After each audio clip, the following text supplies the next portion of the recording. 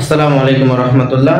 দেখুন এখানে দেয়া আছে কোন বৃহত্তম সংখ্যা দ্বারা 413 ও 504 কে ভাগ করলে ভাগশেষ যথাক্রমে 8 ও 9 থাকবে। তো একটা জিনিস চিন্তা করুন যে যদি এমন কোন সংখ্যা থাকে যেই সংখ্যাকে সবচেয়ে বড় একটা সংখ্যা দিয়ে আমরা ভাগ করলাম, ভাগশেষ 0 হলো, অর্থাৎ ভাগশেষ থাকলো না, তাহলে ওই সংখ্যাটাকে ওই উল্লেখিত সংখ্যাগুলোর গসাগু বলা হয়। এখন এখানে তো বলেছে ভাগশেষ থাকবে, যদি এমন সংখ্যা হয়তো যে ভাগশেষ থাকতো না, তাহলে কিন্তু আমরা সহজেই এই গসাগুটা বের করে ফেলতে পারতাম। তাহলে এখন আমরা কি কাজ করব? সর্বপ্রথম দেখুন 413 কে যদি এই সংখ্যা দিয়ে ভাগ করি তাহলে তো ভাগশেষ 8 থাকবে। আমরা আগে এটা থেকে 8 বাদ দিয়ে দেই, তাহলে দেখব যে আর ভাগশেষ থাকতেছে না। যদি আমরা লিখি ভাগশেষ বাদে সংখ্যাগুলো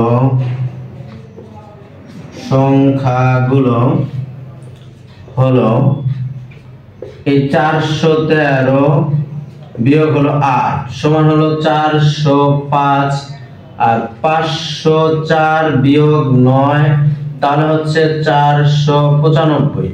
তা দেখুন এখন আমরা যদি এমন কোন একটা বৃহত্তম সংখ্যা নির্ণয় করি যেই সংখ্যাগুলোকে 405 এবং 595 কে ভাগ করলে কোনো ভাগশেষ থাকে না, ওই বৃহত্তম সংখ্যাটি দিয়েই কিন্তু তখন 413 কে ভাগ করলে ভাগশেষ 8 থাকবে, 504 কে ভাগ করলে ভাগশেষ 9 থাকবে।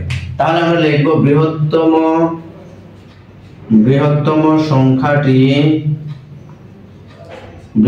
সংখ্যাটি হলো, তো দেখুন 405 ও 495 এর গসাগু, 495 এর গসাগু। এইবার আমরা দুটি পদ্ধতিতে গসাগু করতে পারি।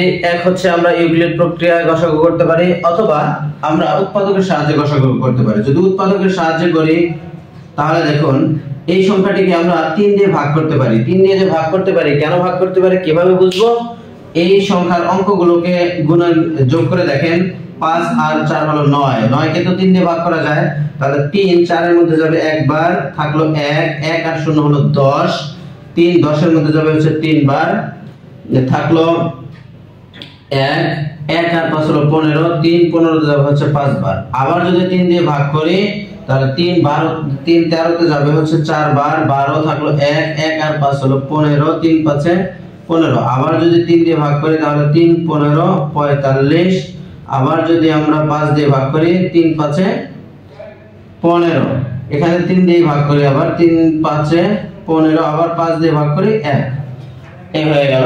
এইবার দেখুন 495 কে যদি আমরা ভাগ করি, 495 কে কি আমরা 3 দিয়ে ভাগ করতে পারি কিনা দেখুন, 5 আর 9 হলো 14, 14 আর 4 18, তাহলে 18 কে কিন্তু আমরা 3 দিয়ে ভাগ করতেই পারি। তার মানে 3 4 এর মধ্যে যাবে হচ্ছে একবার, থাকলো হচ্ছে 1, 1 আর 3 1 আর 9 হলো 19, 3 6 18, থাকলো 1, 1 আর 5 হলো 15, 3 5 এ 15। এবার দেখুন আবারও আমরা 3 দিয়ে ভাগ করতে পারি, কিভাবে? এই 1 আর 7 7 আর 5 12, 12 কে যেহেতু 3 দিয়ে ভাগ করা যায়, সুতরাং এই সংখ্যাটিকেও 3 দিয়ে ভাগ করা যাবে। 3 16 তে যাবে হচ্ছে 5 বার, 3 5 এ 15, থাকলো 1 আর 15 5। এবার যদি 5 দিয়ে ভাগ করি, 5 11 55, 11 দিয়ে ভাগ করলে 11। আমরা লিখতে পারি নির্ণেয় গসাগু 1 2, দুইটা 3 আছে, এখানে আছে হচ্ছে 4টা 3, তাহলে সেখান থেকে আমরা দুইটা 3 নিয়ে নিলাম। এবার দেখুন এখানে 5 আছে, এখানেও 5 আছে, 5 নিয়ে নিলাম, 3 3 9 আর 5 9 হলো 45। তাহলে এই বৃহত্তম সংখ্যাটি হচ্ছে 45, যেই সংখ্যা দিয়ে আমরা যদি 413 কে ভাগ করি থাকবে হচ্ছে 8, আর 504 কে ভাগ করলে থাকবে হচ্ছে 9। একটু টেস্ট করে দেখি যে আমরা 45 দিয়ে যদি 413 কে ভাগ করি 45 41 এর মধ্যে যাবে না, তাহলে 45 413 এর মধ্যে কতবার যাবে? তো দেখুন যদি আমরা 10 12 দিতাম তাহলে 450 হইতো, তার মানে 9 বার দেওয়া যাবে। 5 9 45 এর 5 হাতের 4 4 9 হলো 36 আর 4 হলো 40, 5 আছে 13 হবে হলো 8 হলে হাতের 1 1 আর 1 0 হলো 1 1 1 মিলে 0 4 4 মিলে 0, এই যে 8 অবশিষ্ট রয়ে গেল। তার মানে বুঝতে পারলাম আমরা যে অঙ্কটি হয়েছে। সুতরাং লিখব আমরা, সুতরাং বৃহত্তম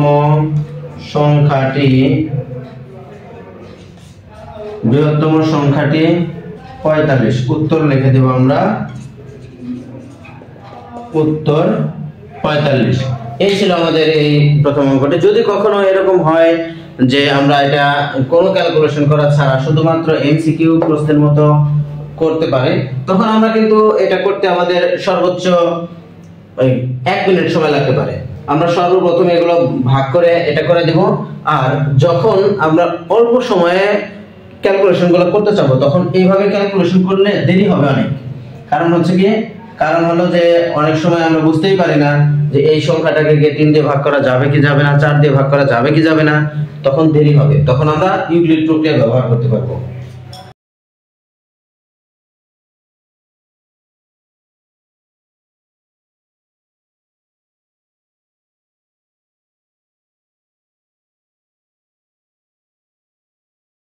তার মানে মনে করেন যে এখানে একটি দুটি ড্রাম আছে এরকম, এই ড্রামের মধ্যে আছে 520 লিটার, এই ড্রামটা একটু বড়, এটাতে আছে হচ্ছে 1060 লিটার তেল।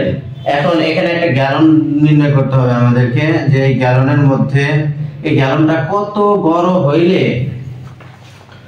গ্যালনটার মাপ সবচেয়ে বড় কত হইলে যে আমরা পূর্ণ সংখ্যক বার দিতে পারবো। অর্থাৎ এখানে ধরেন যে 50 বার দিতে পারবো, এখানে 60 বার বা 100 বার দিতে পারবো, এরকম মানে যে সেটা যেন পূর্ণ সংখ্যক বার হয়, তেল যেন কম বেশি না হয়। সেই ক্ষেত্রে আমরা কি করতে পারি, এই কত মাপের হবে সেটা আমরা বের করতে পারি গসাগু করে। আমরা লিখবো এরকম ভাবে যে পাত্রটি হলো, দেখেন পাত্রের পরিমাণ বা পাত্রটি মানে হলো পাত্রের পরিমাপ। দেখেন পাত্রের পরিমাপ হলো কি হলো 520 ও 1060 এর গসাগু। অর্থাৎ এটার গসাগু যদি আমরা নির্ণয় করতে পারি তাহলে আমরা সহজেই বের করে ফেলতে পারবো যে কতবার করে দেয়া যায়, সেটাও বের করতে পারবো। তাহলে আমরা গসাগুগুলো করে ফেলি। 520 দিয়ে যদি আমরা 1060 কে ভাগ করি তাহলে দেখুন কতবার হয়। এই 520 1060 এর মধ্যে যাবে কতবার, 2 বার। তাহলে 1040, 520 দুগুণ 1040 থাকলো হচ্ছে 20 দিয়ে আবার 52 কে আমরা যদি 520 কে যদি আমরা ভাগ করি তাহলে 20 52 তে যাবে হচ্ছে 2 বার, হলো 40 থাকলো 12 0 120। এবার দেখুন 20 120 এর মধ্যে কতবার যাবে, 20 120 এর মধ্যে যাবে হচ্ছে 6 বার, 6 দুগুণে 12 120। তার মানে এই 20 লিটার বের হলো। অবশেষ পাত্রর যে পরিমাপ সেটা পেয়ে গেলাম আমরা, যেটা যদি আমরা লিটারে চিন্তা করি 20 লিটার। তাহলে দেখুন পাত্রের পরিমাপ, সুতরাং পাত্রের পরিমাপ হলো 20 লিটার। এটাকে আমরা নির্ণয় গসাগু লিখলে লিখতে পারি অথবা না লিখলে নাও লিখতে পারি। তো 20 লিটার পেয়ে গেলাম। এবার দেখুন 20 লিটার হইলে কি আসলে মিললো কিনা। তো এই 520 লিটারের ক্ষেত্রে আপনি যদি 26 বার দেন, 26 বার যদি আপনি এই তেল দেন তাহলে 520 লিটার পূর্ণ হয়ে যাবে। আর যদি 1060 এর ক্ষেত্রে চিন্তা করেন যে 20, তখন কতবার দিতে হবে দেখুন। যদি আমরা 1060 কে এই 20 দিয়ে ভাগ করি তাহলে 5 20 হলো 100, এই 60 আর 3 20 হলো 60, তার মানে 53 বার যদি আপনি তেল এই বড় ড্রামটাতে দেন, 1060 লিটারের ড্রামটাতে, তখন সেটা 53 বার দিলে পূর্ণ হয়ে যাবে। সুতরাং এই অঙ্কটি সমাধান করা হয়েছে। আমরা লিখব, উত্তর লিখে দিব, উত্তর সেটা হলো 20 লিটার। অর্থাৎ 20 লিটারের পাত্রটি হলো সবচেয়ে বড় পাত্র, যেই পাত্র দিয়ে এই দুটি ড্রামকে পূর্ণ সংখ্যক বার মাপা যাবে।